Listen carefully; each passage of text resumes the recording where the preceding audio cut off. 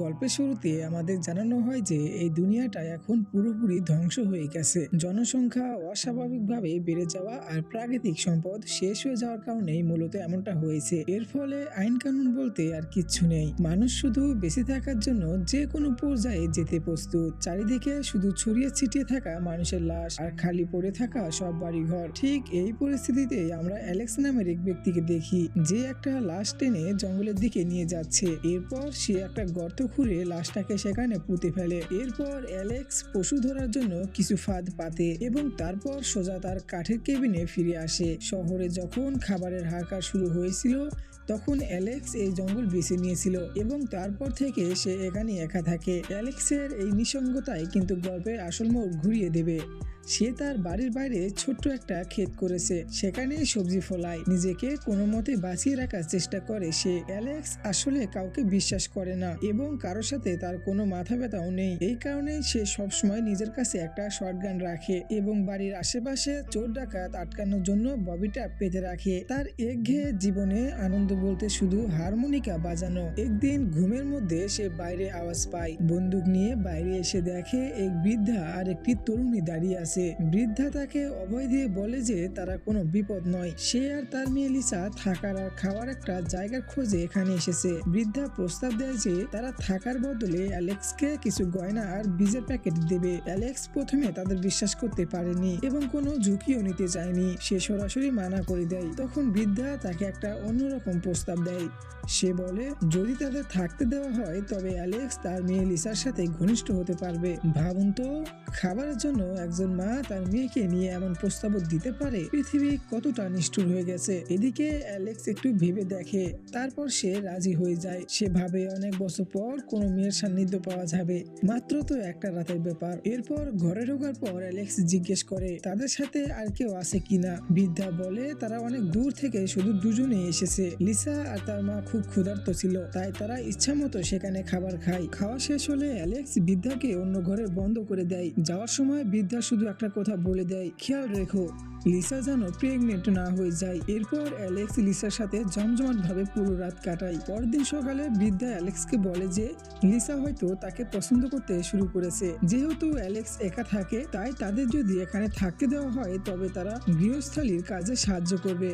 বিনিময়ে অ্যালেক্স রোজ লিসাকে কাছে পাবে। এই কথা শুনে অ্যালেক্স রাজি হয় না। সে বলে তার ক্ষেত খুব ছোট, তিনজনের খাবার হবে না। লিসা তখন বাথরুম থেকে বেরিয়ে এসে খুব যত্ন করে অ্যালেক্সের দাড়ি সেভ করে দিতে শুরু করে। লিসা কিন্তু জানে পুরুষকে বশ করার সবচেয়ে বড় অস্ত্র হলো মায়া আর সেবা, যা লিসা ইতিমধ্যে করা শুরু করে দিয়েছে। লিসা আসলে তাকে এটা বোঝাতে চেয়েছিল যে একা সব কাজ করা তার পক্ষে সম্ভব নয়, তার একজন জীবনসঙ্গীর দরকার। অ্যালেক্স লিসার এই মায়ায় সবকিছু ভুলে যায় এবং শেষমেশ তাদের থেকে যাওয়ার অনুমতি দেয়। কিন্তু কিছুদিন পরে দেখা যায় বৃদ্ধা আসলে ষড়যন্ত্র করছে। সে লিসাকে বলে যে কোনোভাবে অ্যালেক্সকে মেরে ফেলতে হবে, তাহলে এই পুরো ক্ষেত আর বাড়ি তাদের হয়ে যাবে। সে লিসাকে বলে অ্যালেক্সের প্যান্টের পকেট থেকে বন্দুকের শেষ দুটি গুলি চুরি করতে। রাতে লিসা চুপি চুপি গুলি দুটি চুরি করে নেয় এবং পরদিন সকালে তার মার হাতে তুলে দেয়। এরপর যখন লিসা নদীতে গোসল করছিল তখন হঠাৎ এক অচেনা লোক তাকে ঝাপড়ে ধরে এবং তাকে বন্দুকের মুখে তুলে নিয়ে যায়।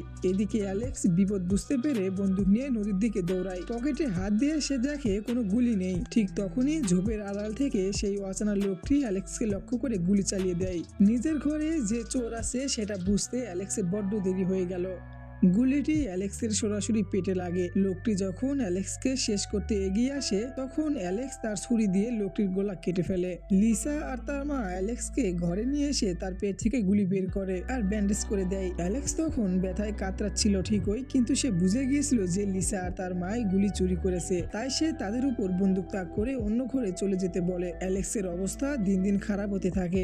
এক পর্যায়ে তার পেটের ঘায়ে ইনফেকশন হয়ে যায়। এমনই সময় একদিন অ্যালেক্স লিসাকে ডেকে তার ঘা পরিষ্কার করতে বলে। লিসা যখন কাজ করছিল অ্যালেক্স তখন হঠাৎ করে জ্ঞান হারিয়ে ফেলে। লিসা তখন বন্দুকটা নিয়ে তার মার হাতে দেয়। মা অ্যালেক্সকে মেরে ফেলতে চেয়েছিল কিন্তু লিসা তাকে বাধা দেয়। সে বলে অ্যালেক্স তার প্রাণ বাঁচিয়েছে। মা তখন যুক্তি দেয় যে খেতে একজনের খাবার আছে, তিনজনের নয়। কিন্তু লিসা বুঝতে পেরেছিল তার মার দিন ফুরিয়ে আসছে।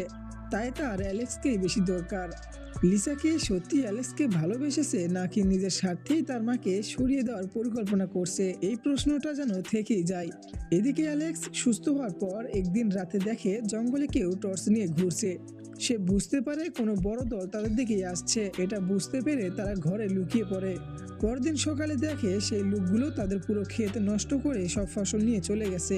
এটা দেখে তারা কষ্ট পেলেও হাল ছাড়ে না। তারা আবার নতুন করে বীজ বোনে, কিন্তু ফসল না থাকার কারণে খাবারের অভাবে তাদের অনেক কষ্ট পেতে হয়। এর মধ্যে লিসা জানতে পারে যে সে প্রেগনেন্ট। এই অবস্থায় কি করবে বুঝতে না পেরে সে নিজে গর্ভপাত করার চেষ্টা করে, কিন্তু তার সাহস হয় না। এদিকে খাবার ফুরিয়ে আসায় লিসার মা আবার তাকে কুপ্ররোচনা দেয় অ্যালেক্সকে মারার জন্য। লিসা রাজি হয় ঠিকই, কিন্তু সে বিষ মেশানো মাশরুম অ্যালেক্সের বদলে তার নিজের মাকেই খাইয়ে দেয়। লিসা বুঝতে পেরেছিল মা থাকলে সে আর অ্যালেক্সের শান্তিতে বাঁচতে পারবে না। মা তার মৃত্যু বুঝতে পেরে অ্যালেক্সের সাথে জঙ্গলে গিয়ে অনুরোধ করে তার কবজি কেটে দিতে, যাতে সে শান্তিতে মরতে পারে। অ্যালেক্স তাকে সমাহিত করে ফিরে আসার সময় দেখে তার ফাঁদে দুটো খরগোশ ধরা পড়েছে। সে আফসোস করে যে লিসার মা আজ বেঁচে থাকলে সে এই মাছ খেতে পারত।